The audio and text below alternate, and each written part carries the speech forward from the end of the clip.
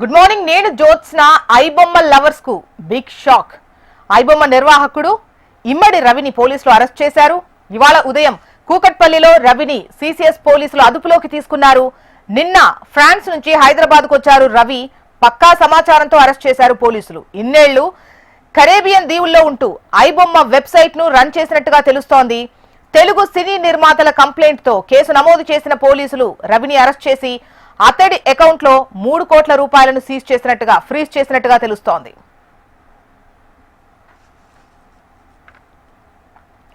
ఇక ఐబొమ్మ నిర్వాహకుడి అరెస్ట్ కు సంబంధించి డీటెయిల్స్ మనకు హైదరాబాద్ బ్యూరో చీఫ్ రమణ అందిస్తారు.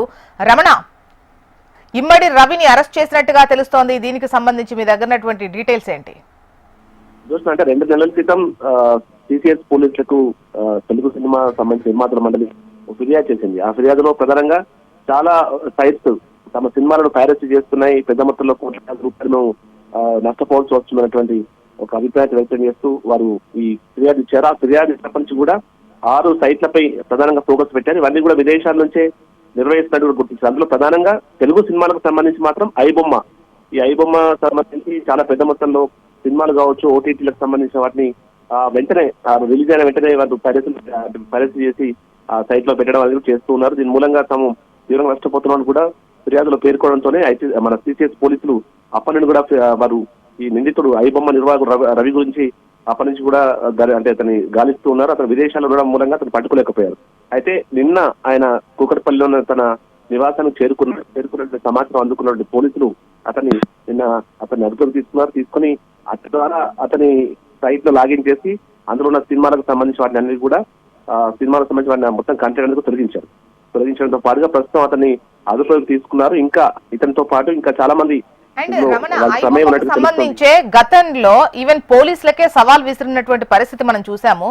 మమ్మల్ని పట్టుకోవాలని చూస్తే గనక ఇండస్ట్రీలో ఉన్నటువంటి బడా నేతల ముసుగు కూడా తొలగిపోతుంది అని చెప్పేసి పెద్ద ఎత్తున ఒక నోట్ కూడా రిలీజ్ చేసినటువంటి క్రమం చూసాం కదా.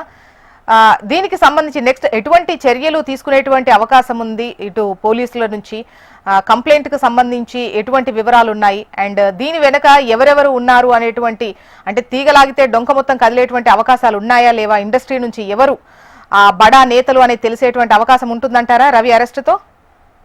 100%. అంటే రవి లాంటి ఒక్క సామాన్య వ్యక్తి ద్వారా జరిగేది కాదు. ఇది చాలా పెద్ద ఎత్తున ఒక చైన్ ఉందనేటువంటి అభిప్రాయాలు వ్యక్తం అవుతుంది. ఎందుకంటే దాదాపు 1000 కోట్ల రూపాయల బిజినెస్ జరుగుతున్నట్టు కూడా ఆల్రెడీ ఫిర్యాదుల్లో తెలుస్తోంది. ఒక తెలుగు ఇండస్ట్రీ కాదు, అటు బాలీవుడ్, ఆ తర్వాత కోలీవుడ్, ఇట్లా అన్ని తెలుగులో మన ఇండియాలో ఉన్నటువంటి అన్ని సినిమాలకు సంబంధించిన కంటెంట్ మీరు చోరీ చేస్తున్నారు.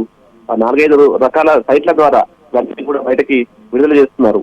ఈ క్రమంలోనే చాలా పెద్ద మొత్తంలో పైరసీ జరుగుతున్నట్టు గుర్తించారు. అయితే ఆ తెలుగు ఇండస్ట్రీకి సంబంధించి కొంతమంది ప్రముఖుల సంబంధించి తమకు అందులో ప్రమేయం ఉన్నట్టుగా కూడా గతంలో రవి లాంటి వారు మాట్లాడడం, ఐబొమ్మ పేరుతో మమ్మల్ని పట్టుకుంటే దమ్ముంటే పట్టుకున్నట్టు పోలీసులకు సంప్రదించడం, ఇలాంటివన్నీ కూడా జరిగాయి. ఇప్పుడు పోలీసులు ఈ కేసుని చాలా సీరియస్ గా తీసుకున్నారు. అప్పటి నుంచి కూడా అతని కోసం గాలిస్తున్నారు. మొత్తంగా రవి పట్టుబడంతో ఈ కేసులో కీలక మలుపు చోటు చేసుకుంది. దీని వెనుక ఎవరెవరు ఉన్నారు, వారికి సంబంధించిన పూర్తి ఆరా తీసే ప్రయత్నం అయితే పోలీసు చేసే అవకాశం ఉంది. చూస్తున్నా. Okay, right Ramana.